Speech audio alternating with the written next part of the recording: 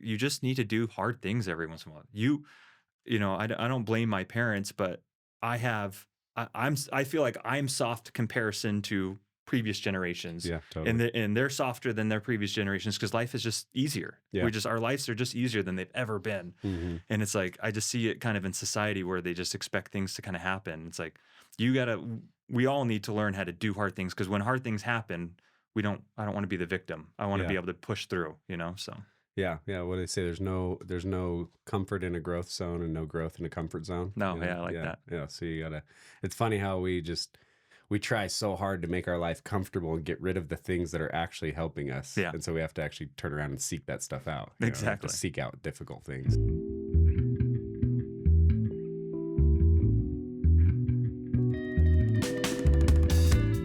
Welcome to The Sellouts. I am James Schramm Financial Group, certified exit planning advisor and financial advisor. Here we talk about the good, the bad, and the ugly of selling your business and growing it up to that point. If you've been a long-time listener or this is your first time, I encourage you to like and subscribe. That always helps us work our way up in the metrics and helps us get better guests week in and week out.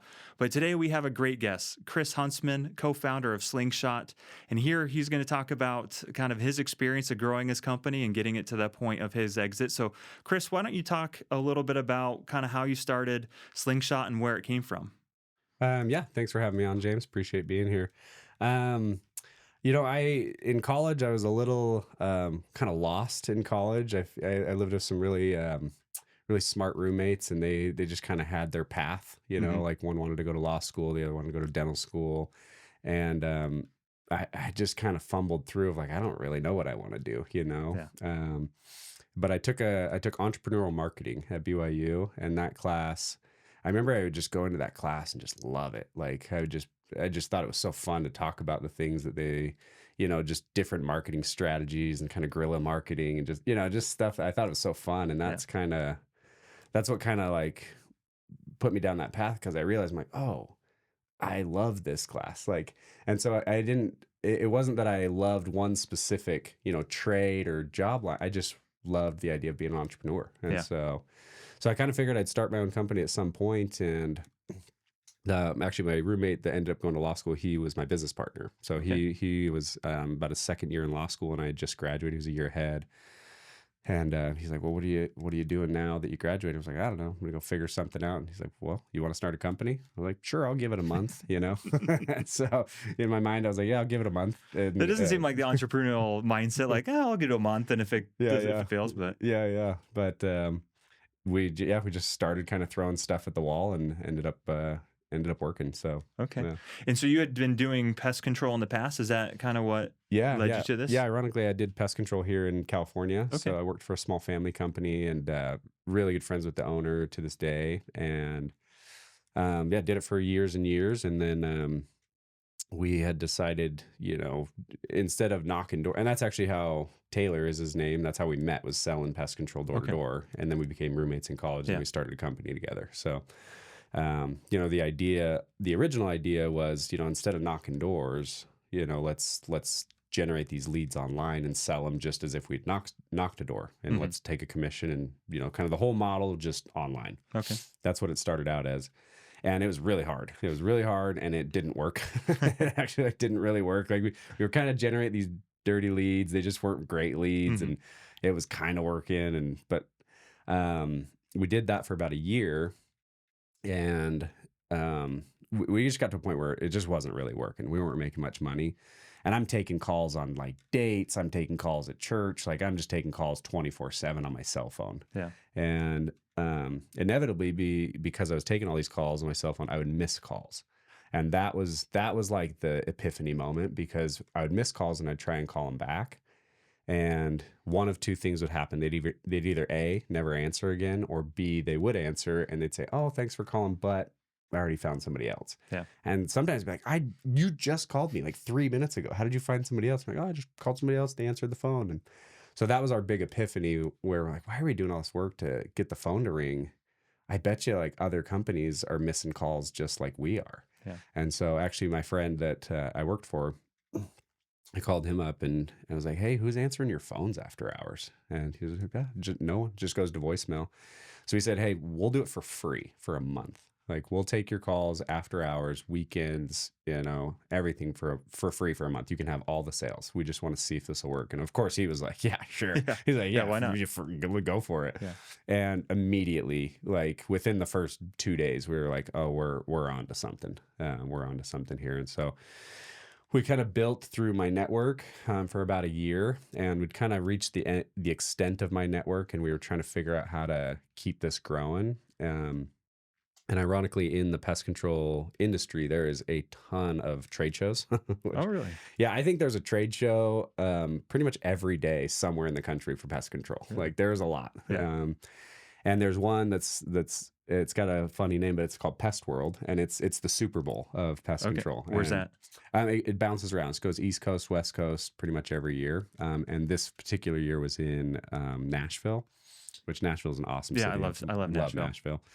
So we basically took kind of all the chips on the table, and we took all the money in our bank account, and because it's expensive to go, fly our team out there. And I mean, the team was me and Taylor, but fly our team out there, get a booth, set up, and not really know if it's going to work. But we basically spent everything we had in our bank account to fly out there and do this trade show because we just needed clients. Like, it was working. The business model was great. We just didn't have enough clients. So we went out there, and within an hour of being there and like trade show, we were telling ourselves, like, we just struck gold. Like, we figured it out. Like, we've got a lot of work ahead of us, but we figured out a pain point. So were you doing like a call center, or like, how are you solving that pain point? Yeah. Oh yeah. That's the important part. Yeah. So instead of generating our own leads and then, selling those leads, we just said, hey, we're going to basically be an answering service, but we're going to do it more like a outsourced employee. So most answering services will just take a message and say, hey, call this person back. But since we knew the pest control industry so well, we took it all the way from, the call all the way to collecting their credit card information. So we'd give pricing, we'd explain the service. And so our clients would wake up to a new customer instead of a lead. Yeah. So it'd be like, hey, you got 3 new customers last night, just go out and service them. Because once they get off the line, the chance of them signing up goes down significantly. Right? Yeah, well, they essentially, in their mind, they were signing up with us. Yeah, no, we just didn't do the contract. Yeah, that's why I think getting that information ahead of time kind of solidifies that. Because if they just leave a message and you call them back the next day, but you didn't get any real information from it, then exactly. They're just going to move on. Yeah, they're going to move on. Yeah, in their mind, I'm like, yep, this is the price. This is how the service will work. This is how frequent we're going to come. This is the guarantee. If that works for you, we can schedule you out. And so we'd schedule them and we'd collect payment and everything. And so the client gets off the phone, they're like, great, this pest control company's coming out in 2 days or tomorrow, and they're going to service my home. So were you guys actually signing contracts with them? No, that was the one thing. So we would just say, hey, the technician will bring out the contract when he comes out tomorrow. But they were giving us the card over the phone. Like, it was as solidified as you could get without actually signing the contract. So when did you start the company? We started, so 2013 is when we started kind of the lead gen part, and we did that for about a year. And then 2014 is kind of when we kind of cut the head off that portion of the business, pivoted, and then started Slingshot. Our original name was actually Alchemy Marketing. Okay. It was ALKEMY. I actually hated it because we had to spell it every time. But yeah, we switched names and became Slingshot in 2014. So. Is there anything behind that name, Slingshot? No, funny enough, we had we believe in data, and so we set a big poll out, and we had 3 names. We had Celio because we did sales, Groove, and then Slingshot. Taylor wanted Celio, I wanted Groove, and then Slingshot. I don't even know how it got on the list, but we did a big poll, and Slingshot won by a landslide. And we were like, okay, so we're Slingshot. That's the name. So let the people decide. Yeah. That's why I tell a lot of entrepreneurs, like, that's the fun part of the business, but like naming nobody cares about your name. Yeah, nobody cares. You care about your name, but nobody cares. So just pick one and go. Yeah. And so how quickly did it grow? I mean, obviously you knew kind of at this trade show that you had something, but did you have to get outside investors to fund it, or? No, luckily no, because we were cash flow positive right off the bat because we were doing sales. And that's actually one of the reasons why we grew the way we did, is because we put all the burden of proof on ourselves. Like, so we would say, hey, sign up with Slingshot. We'll give you a 60-day money back guarantee. If we don't make a sale for you, you don't pay us a dime. And even if you're not happy at the end of the 60 days, I'll give you all of your money back. Mm-hmm. And we did that for years. And I think one client took us up on that. Like, and honestly, we probably would have fired that client anyways, because he was really difficult. So we were like, yeah, you can have it. But yeah, we would just say, hey, we're 100% commission. So if you don't make money, we don't make money. Yeah. And so there's no downside to firing you guys, really. Yeah. Right. Yeah, exactly. Yeah, exactly. Well, that's great. And then at what point did you think, hey, we should probably sell this? Like, were you getting burned out, or did you have private equity coming after you, or what? No.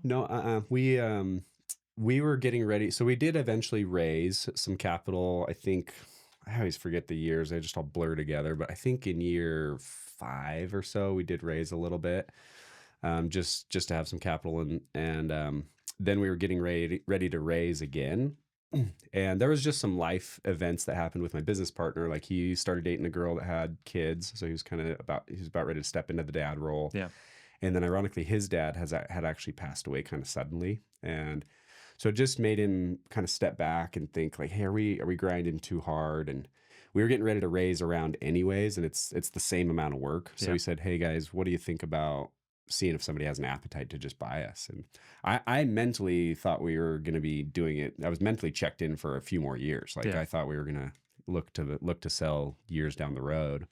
But I mean, at that time, I was like, yeah, I mean, if the numbers are right, like, I don't care. Yeah. Like, so we did, and we got some offers, and they were great. And so we were like, yeah, let's do it. Did you guys have any disagreements at all on the valuation or what your number was or anything like that? No, it was not at all. Yeah, it was pretty good.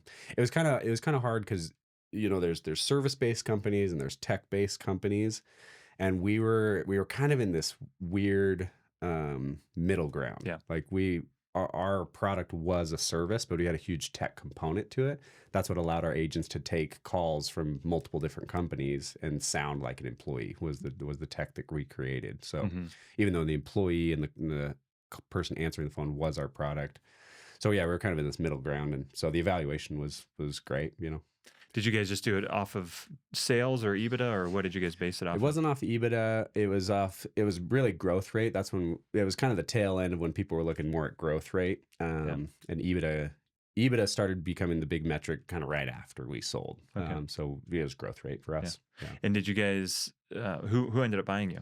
So there's a partner company there was a company we were partners with called PestPack. WorkWave is the parent company. And they're the big CRM within the pest control industry, and they do lawn care and a bunch of stuff. And they're the ones that ended up buying us. So we did get another offer from a private equity company. And those were kind of the two.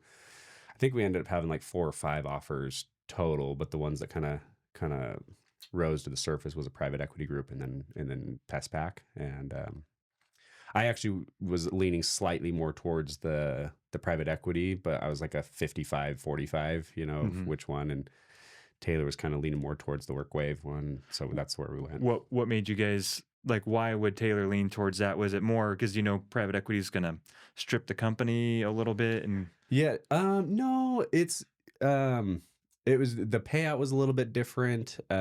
Just kind of the terms were a little bit different. And we actually thought WorkWave was the best fit for our clients because they were already a partner. Like, probably 50-60% of our clients used PestPack already. Okay. And we'd always been trying to integrate with them. So it just made it more seamless. And so we just thought it was the best fit for our clients. And they were pretty comparable offers. Prices, yeah. So did you guys get any bidding war going? Because you said you had about 4 or 5 different offers, right? Did that kind of escalate at all, or did No, there wasn't a real bidding thing. There was just, people that were interested. But because we were in such a middle ground, it was hard to evaluate us. And so we had a lot of companies look at us, but it was just kind of, we don't really know how to buy this, or where this fits. But so there was no bidding wars or anything, but it was pretty clean. Yeah. How'd you guys go to market? Did you guys use a business broker, or did you guys just put yourself out? Yeah, business broker. So, how do you find him? That was more, so we had brought on, so Taylor was the CEO, and then about 2 years before we sold, he stepped down as CEO. We brought on a guy, John Solden, he's just a total stud. And I think John is the one that knew the broker. Okay. And yeah, I think that's how they kind of handled, once we kind of went down that path, it was kind of Taylor and John doing kind of the business, prepping side, and we actually had 3 business partners. It was Taylor, myself, and then Ty. And then Ty and I kind of held the company held the company together while Yeah. they were kind of figuring that stuff out. Okay. And so we were just keeping things running. Bringing on a CEO is kind of a hard step for a lot of business owners because Yeah. that's generally requires a larger compensation. That means it's coming out of your pocket, and then you kind of lose control of the direction. What made you guys decide ultimately that, hey, we need to bring in a CEO? I'm assuming to go next level, but Yeah, that was Taylor's call, which I was in full support of, because Taylor, he had a lot of direct reports, and he was, he's doing good. Taylor's brilliant. He's, I always say, like, I'm really smart and I work hard, but Taylor's just flat out smarter than me, Yeah. and so it was really his call. He just wanted to free up his time to do a little more growth strategy, because that's what he enjoyed. And the new CEO, we incentivized him a lot. Like, he actually took a massive pay cut from his previous job really? to come, but we gave him a huge chunk of equity, and we Yeah. said, hey, like, we're gonna looking to make an exit here in the next couple of years if the numbers are right. Yeah. And help us get there. And he had a huge incentive to do it. And and it worked. So what kind of things did he come in and implement to kind of grow it to get the numbers you guys were looking for? John's like he's the nicest guy on the planet, super smart, but he's just a very positive guy. It's hard not to love John. Yeah. But he also will hold your feet to the fire. Like, he will hold you accountable. He doesn't let crap fly. And so he just came in and just was really good at holding people accountable. And he was really good at making people like set hard goals, but he would also help you achieve those goals. And Taylor was really good at that too, but Taylor just had so many direct reports that he kind of needed to divide and conquer. And so John was just kind of like he was just like another Taylor, and then just stepped into the CEO position. And That's so, great. yeah. And was he the one that got you guys to raise some capital before? Because you said you'd raised a little bit of capital ahead of time. No, that was Taylor. Oh, that was Taylor. Yeah, that we just, we were cash flow positive, but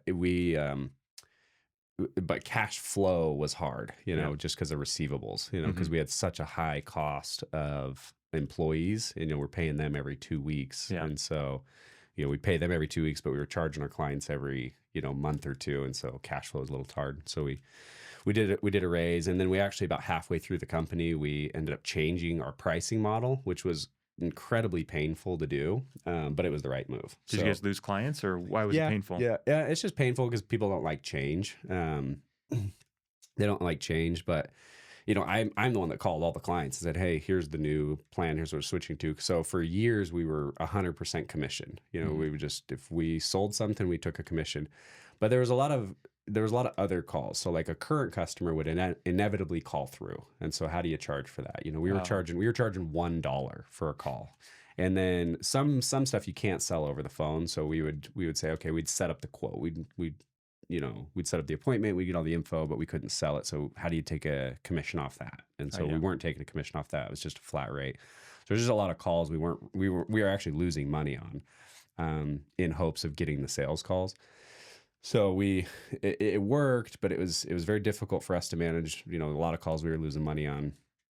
And so we switched to just a per minute model. We said, you can send us whatever calls you want. It's just the same cost per minute. And so our clients didn't like it. At first they understood, a lot of them, but a lot of people just complained about it. And well, yeah, because then it puts risk on them, right? Because in the previous model, you're taking on all the risk, I guess, because you're saying, well, if we don't sell anything, then you're not paying us anything. But now they've got to pay up front for your guys' labor. So yeah, exactly. But it balanced things out, and it had them kind of, because sometimes our clients would just flood us with like calls, current customer calls, and like, hey, we don't really want these calls, like, these just sucking up our time. Yeah, it's sucking up our time, which we'd rather be selling for you.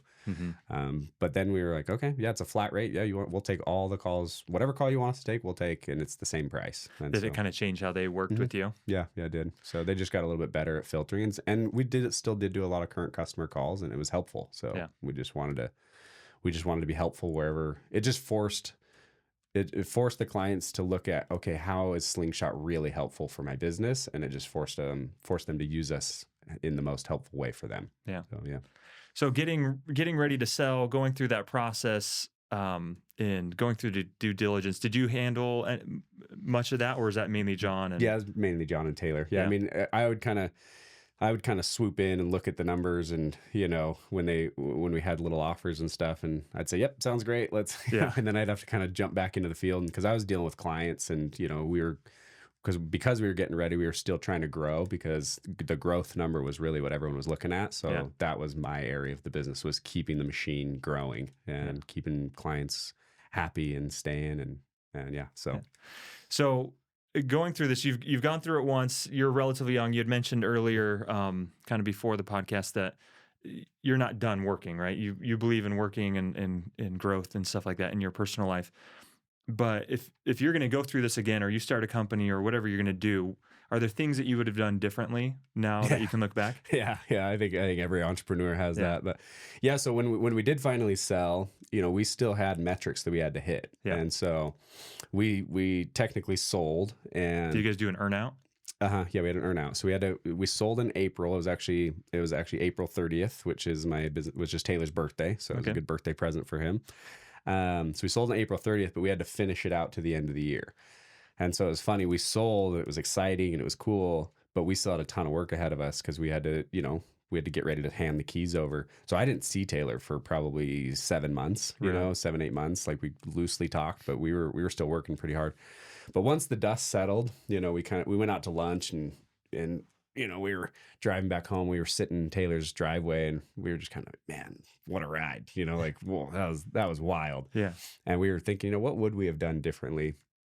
And the one thing we would have done differently is we definitely would have hired talent, like better talent sooner. Like executive team type talent? Yeah. We were trying to bootstrap it, and we had amazing employees, but a lot of our kind of executive team in the first couple of years were just people from the call floor. So they knew how the business ran. We'd promote them, but they'd never been in a C-suite level position. So they were learning just alongside us as well.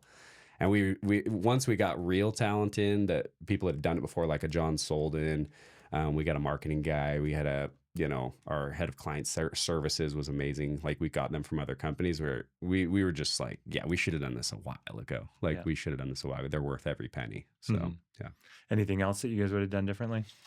Not really. That was pretty much it. Yeah, that was pretty much it. Was like hiring talent early, and the thing that we attributed our success to was really simple. It was just we showed up every single day. Like, every day we showed up and we worked. Like, I talked to young entrepreneurs, and anytime a young entrepreneur is saying, like, yeah, I got multiple businesses, to me, I'm like, okay, you do nothing. Like, that, you're not good at any of them if you're doing that. Like, because if you're gonna do something well, you have to focus on that. But we showed up every single day at 8 a.m.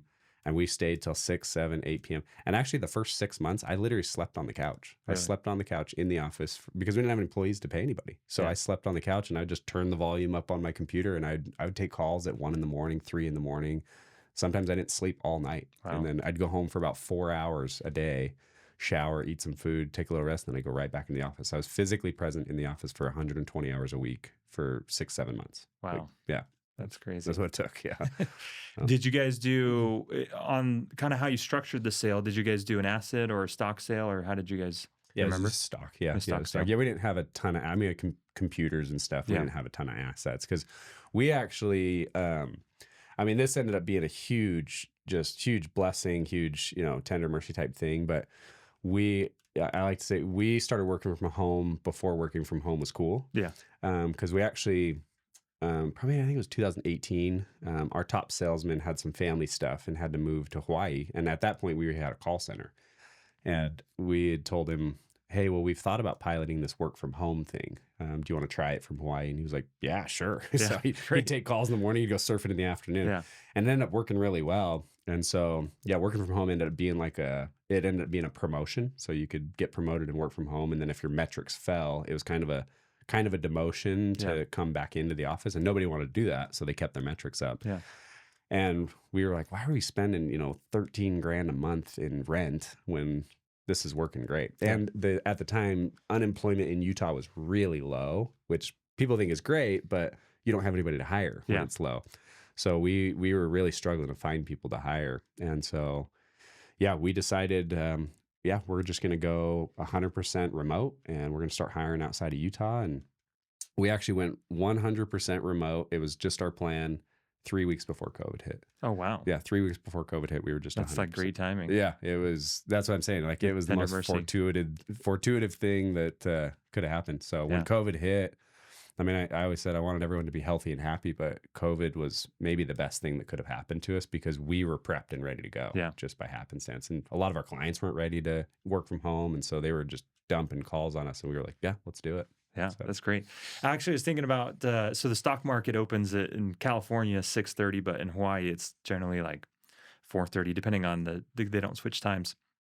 So that I just thinking about, because I like when I go to Hawaii and visit it because the market's closed by like 11:30, and then I've got the rest of the day. Yeah. So to not do anything. So I was thinking about your employee, like he takes calls in the morning and then he's done, by early afternoon probably, and just gets to play around. Surf. Yeah, it worked out great. So it's a great life. No. So you retired. How old are you now? I'm 39, so I'll be 40 in June. Okay, so we're about the same age. I'm 40 right now.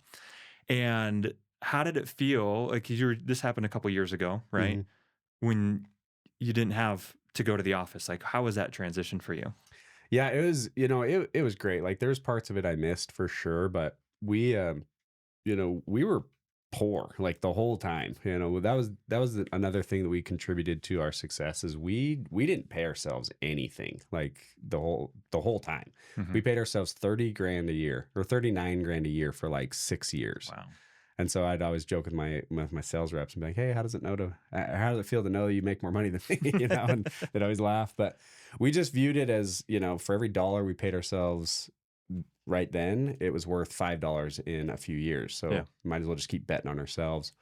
And so, we were poor. I think we raised our salary to like $75,000, for the last like year and a half or so. So when we sold, it was very relieving, to finally have some money in the bank and not have to, worry about going out to eat and, like living literally paycheck to paycheck. Yeah. So it was very relieving, I could finally sleep, it was those just the basic human needs were kind of met at that point. Go. So, yeah. Any big purchases right after?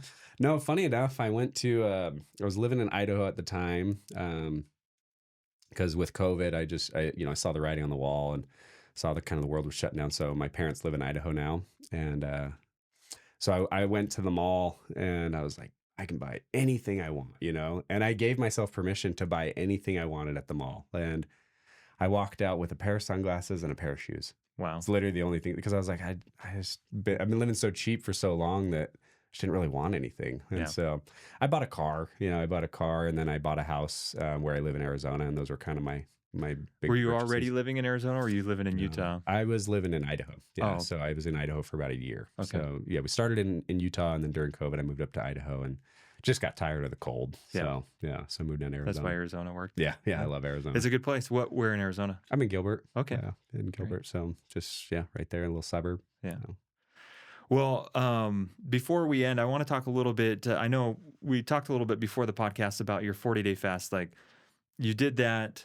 How challenging was it, or was there a point where you just wanted to break in something like that? Like doing a 1-day fast or a multiple day fast, like I'm sure that's hard, but trying to grind that out for 40 days, I feel like that's a big challenge. Yeah, it was one of the, my mission, Slingshot, and the fast. Those were the 3 hardest things I've ever done in my life. Yeah. And there was there's 5 different times I almost quit.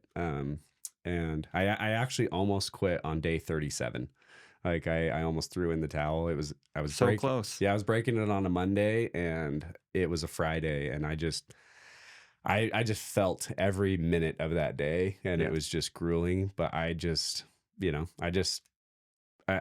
sat up and I just realized, I'm like, this is why I'm doing this. Was I wanted to challenge myself, and I was like, I don't care if this is damaging my body at this point. Like I'm not quitting. Like I'm gonna stick it out. And so I'm glad I did. Yeah. I knew I would kick myself if I quit. And so I was like, I don't care. Were you having like a debate like every 10 minutes of like, do I do this? Do I not? Or yeah. That day it was maybe one of the longest days of my life. Like it was very difficult. And it's because I just hadn't slept well the night before. And so that was my main energy source, was sleep. And so I hadn't slept well. And so I was tired, my head hurt, and like my body ached, and I was moving slow, and I was just, I was on day 37. And so I said a very heartfelt prayer. It was just like, please let me sleep. And I slept great that night. And so Yeah. day 38, day 39, it was great. And it was still hard, but day 37 was really hard. Yeah. So. For most of the days, were they pretty hard, or did it kind of come in waves? Was it? No, the first week, so week 1 was harder than weeks 2, 3, and 4. Like you're just kind of, you're still a little hungry.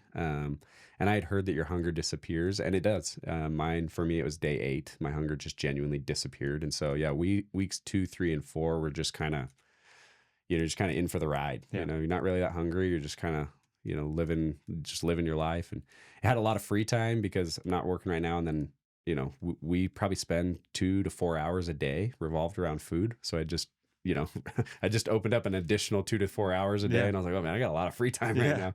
So I read a lot. I do stuff around my house, and yeah. Did you seem pretty idle? Because I mean, when you go out and do stuff or exercise, obviously you're burning calories, and at that point, you're not. Yeah. You don't want to burn too many. No, I was just kind of living my normal life. I just didn't go to the gym, and I didn't use the sauna because I use the sauna pretty regularly. But I was walking 1 to 2 miles every day. Really? And I was just kind of doing stuff around my house. Just the deeper into the fast it got, I was still doing the same things. I was just doing them a little slower. Yeah. Yeah. Do you feel like, I'm sure you lost muscle and fat and stuff like that. Do you feel like your body's pretty much fully recovered from that? Yeah, 100% recovered. Yeah, I gained, which is what I expected. I gained pretty much all the weight back. I've been hitting the gym again, so I put on some more weight, and yeah, everything's totally normal now. Yeah, so it's interesting. I feel you may not feel this way as much. We have mutual friends, and I feel like I've kind of known you for a while. Same, yeah, same. I looked at all our mutual friends, and I was like, how have we not met before this? Yeah, right. And by happenstance, we ended up sitting next to each other at the funeral. Yeah. And it's like I know you kind of, because I've kind of followed your journey. And I think at that point you had been done for like 2 weeks. Yeah. And you were still pretty skinny. Yeah, Still pretty skinny. I looked like I was like 70 years old. Yeah, it was pretty intense. But how was that, seeing your body transformed? Was that scary as you looked at yourself in the mirror, or because it happened every day so slowly, it didn't? Yeah, I didn't notice it. I mean, I did notice it, but it's funny now, because that was 4 months ago. Now I look back at like the videos on day 40 and pictures, and I was like, oh my gosh, like that, I was really skinny. Like I was really skinny. I was frail, you know?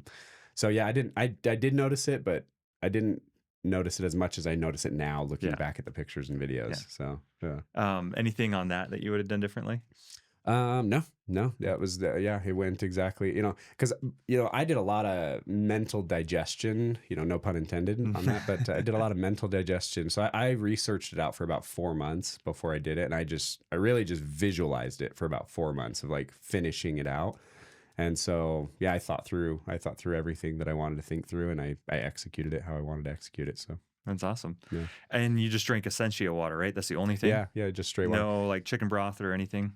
No. Yeah, there's a lot of different ways you can fast. Some people, like I've done electrolytes or salt on my shorter fasts, but longer fasts, if you don't have the right balance of electrolytes, that can actually cause problems. So I removed all electrolytes and just did straight water. And so, yeah, and the Essentia water, I just liked the taste of it. So that's what I did. And so that's crazy. Yeah.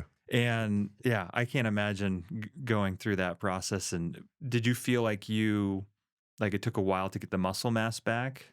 No. Yeah, I came back pretty quick. Pretty quick. It was probably 40 days in the fast, and it was probably a 6-week refeeding process where I was like fully, I've kind of felt like full energy. And then I've been going to the gym pretty consistently. And like I said, I weigh more than I did before I started the fast now. Yeah. So, and most of it's muscle mass. And that's great. I totally revamped my diet. Just, things that I eat after the fast. How did that change your relationship with food? Yeah. Well, it's, I just realized I just don't need as much as you think, and I knew going back into eating food that everything sounded amazing. Brussels sprouts sounded just as good as like, cereal. Yeah. And so I was like, well, I'm just going to choose the healthy food, which is what I did. And so I've cut out all refined sugars, refined grains, seed oils. And I'm living that way, 95%, 90% of my life. I'm really clean. So that's great. Yeah. Well, what's next for you? Yeah, I don't know. It's funny, because doing the Misogi, I turned 40 this year. And so I'm actually working with one of my buddies, Josh, because it'd be cool to say, I'm in the best shape of my life when I hit 40, like Yeah. even compared to when I was a teenager. That's the key, because you're invincible when you're a teenager. And so we actually have this list. We have a Google spreadsheet of what we're defining what is the best shape of your life, So body fat percentage, we're even throwing down like a 40-yard dash time, 100-yard dash, a vert, like breath holds, like just all of this stuff. And so we're trying to figure out what the metrics are. And so I think that's going to be the goal. I don't know if I'll hit it right when I hit 40, because we got to still define it, but that's going to be kind of my challenge this year, just getting the best shape of my life. That's great. Yeah. And any business ideas, thoughts, or do you think, is there a time frame that you want to get back into work? No. I definitely have business ideas. I mean, anytime I have an idea, I write it down. I've got a whole folder on my phone of just stuff. And sometimes I look back on those ideas and I'm like, yeah, that's not going to work, But in the moment, I think through it.